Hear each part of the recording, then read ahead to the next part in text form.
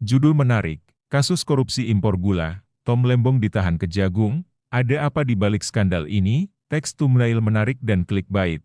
Kenapa Tom Lembong ditahan? Fakta mengejutkan kasus korupsi gula, deskripsi video. Dalam video kali ini, kita bakal bahas kasus terbaru yang bikin heboh, yaitu penahanan Tom Lembong oleh Kejaksaan Agung dalam skandal korupsi impor gula. Apa yang sebenarnya terjadi di balik kasus ini? Bagaimana korupsi ini mempengaruhi perekonomian Indonesia dan siapa lagi yang terlibat? Yuk, ikuti terus biar gak ketinggalan infonya. Hai, guys. Kembali lagi di channel ini.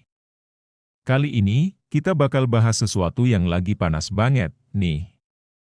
Pernah dengar soal skandal impor gula yang bikin geger? Yap. Kali ini yang kena adalah Tom Lembong, mantan pejabat tinggi yang tiba-tiba ditahan Kejagung. Banyak yang belum tahu apa yang sebenarnya terjadi. Jadi, simak terus biar gak ketinggalan ya. Nah, gini, guys, Tom Lembong ini dulunya bukan orang sembarangan. Ia pernah menjabat sebagai Kepala Badan Koordinasi Penanaman Modal, BKPM, dan juga Menteri Perdagangan. Prestasi karirnya cukup cemerlang, dan banyak yang respect sama kiprahnya. Tapi, kejadian kali ini bikin kita semua bertanya-tanya, kok bisa orang dengan track record kayak gini malah terlibat kasus korupsi? Skandal ini bermula dari kegiatan impor gula yang ternyata diusut lebih dalam sama pihak Kejaksaan Agung. Berdasarkan temuan awal, ada dugaan kuat bahwa impor gula yang dilakukan malah merugikan negara hingga miliaran rupiah. Nah, loh, kok bisa? Pertanyaan ini bikin publik penasaran, ada permainan apa di balik semua ini? Sekilas tentang kasusnya, kejadian ini sebenarnya udah lama banget terjadi, sekitar tahun 2015-2016.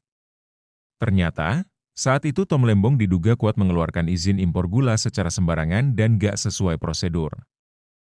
Ini bukan perkara kecil, karena kebijakan yang salah bisa banget ngaruh ke petani gula lokal dan industri dalam negeri kita. Gula impor yang masuk terlalu banyak justru bikin harga gula lokal anjlok, yang ujung-ujungnya merugikan banyak pihak. Bayangin aja, gimana nasib petani yang udah susah payah nanem tebu, harga gulanya malah anjlok gara-gara kebijakan impor kayak gini. Bukan cuma itu, ternyata ada juga dugaan gratifikasi yang diterima. Jadi, kabarnya, ada pihak-pihak tertentu yang ngasih semacam hadiah, biar kebijakan ini bisa mulus. Coba deh, guys, bayangin gimana kalau kebijakan negara diatur cuma gara-gara imbalan kayak gini. Ngerinya, korupsi kayak gini bukan cuma bikin negara rugi, tapi juga bikin kita sebagai rakyat kecil makin sulit. Banyak yang bertanya-tanya, kok bisa ya, seseorang selevel Tom Lembong akhirnya terseret kasus kayak gini? Padahal, dia punya reputasi bagus dan sempat dianggap profesional. Ini pelajaran besar buat kita semua, bahwa kadang kita gak bisa lihat orang cuma dari luarnya aja. Kita gak pernah tahu gimana niat asli seseorang saat punya kuasa. Sekarang ini, Tom Lembong udah resmi ditahan sama Kejagung. Proses hukum bakal terus berjalan, dan kita bakal lihat apakah dia emang benar-benar bersalah atau enggak. Yang jelas, kejadian ini juga jadi peringatan buat kita semua tentang bahayanya korupsi di level kebijakan. Gak cuma nyerang di level kecil, tapi juga di level tinggi, di mana keputusan-keputusan besar yang mestinya buat rakyat malah dimanfaatin buat keuntungan pribadi.